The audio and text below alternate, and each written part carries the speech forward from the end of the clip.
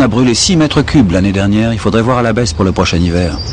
Oui, mais comme on a rajouté des photovoltaïques sur les toits 4 et 7, on n'aura pas besoin de faire tourner la chaufferie à plein régime cette fois. Le syndicat de communauté, c'est vous? Oui, mais oui. Je suis la nouvelle infirmière. Nous avons parlé au téléphone hier de mon contrat. Tout me paraît bien, mais où est-ce que je m'installe? Ah oui, bonjour. Très bien. Alors, laissez-moi vous présenter les autres membres du syndicat. Voici Paul. Il s'occupe de la gestion des espaces verts et de l'approvisionnement énergétique. Et justement, nous sommes en train de ravitailler notre chaufferie. Elle chauffe les 12 immeubles, plus la buanderie collective, le dispensaire et la crèche. Et les cuisines communautaires, elles, fonctionnent au solaire, mais on vous fera faire le grand tour plus tard. Alors voici Anna, notre intendante, et Matt, notre comptable. Ils m'aident à gérer tout ce petit monde. Alors vous n'êtes que 4 pour autant d'habitants? Eh oui, et tous bénévoles en plus, vive la retraite. Mais plusieurs habitants donnent des coups de main régulièrement. Nous avons mis en communauté plusieurs services. Le dialogue est quasi permanent. On vous présentera tout le monde à la prochaine réunion. Oui, eh bien en attendant les mondanités, je vais lui montrer son antre, notre dispensaire flambant neuf. Allez, venez. Je crois que nos seniors vous ont préparé un pot de bienvenue. Ils sont tellement contents de ne plus avoir à faire 40 km pour se soigner qu'ils vont vous bichonner. Oui, enfin, j'ai une spécialité en gérontologie, mais j'aime beaucoup les enfants aussi. D'ailleurs, je l'avais mis dans ma lettre de motivation. Mais ça tombe bien. Le dispensaire est en face de notre crèche et nos puéricultrices sont ravies de votre arrivée. Vous êtes toutes logées par le syndicat de communauté. Quelle organisation? Vous savez, depuis que l'État a abandonné les hôpitaux, les écoles et le reste, il faut bien se prendre en main. Au moins ici, on partage et on gère collectivement. C'est du boulot, mais la demande de logement est saturée. Faut croire qu'il fait bon vivre à Rossola. Et la ville, les architectes doivent s'inspirer de ce patrimoine et superposer de nouveaux schémas.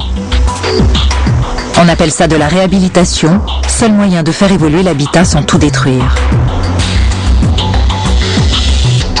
Et comme personne ne veut reproduire les erreurs du passé, on tricote de nouveaux équilibres entre la verticale d'hier et l'horizontale de demain.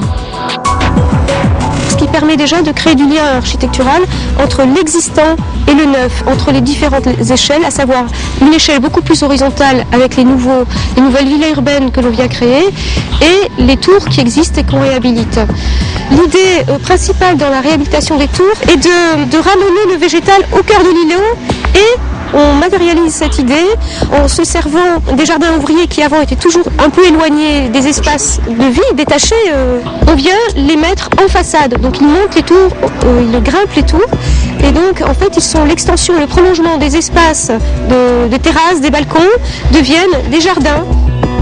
Raccorder le jardin aux fenêtres des habitants peut être un moyen de sortir les tours des années 60 du tout béton. De nouveaux matériaux permettent d'envisager cette prouesse technique. On aura un habillage avec des éléments, des câbles, etc. qui vont permettre de faire grimper la végétation. L'idée est simple.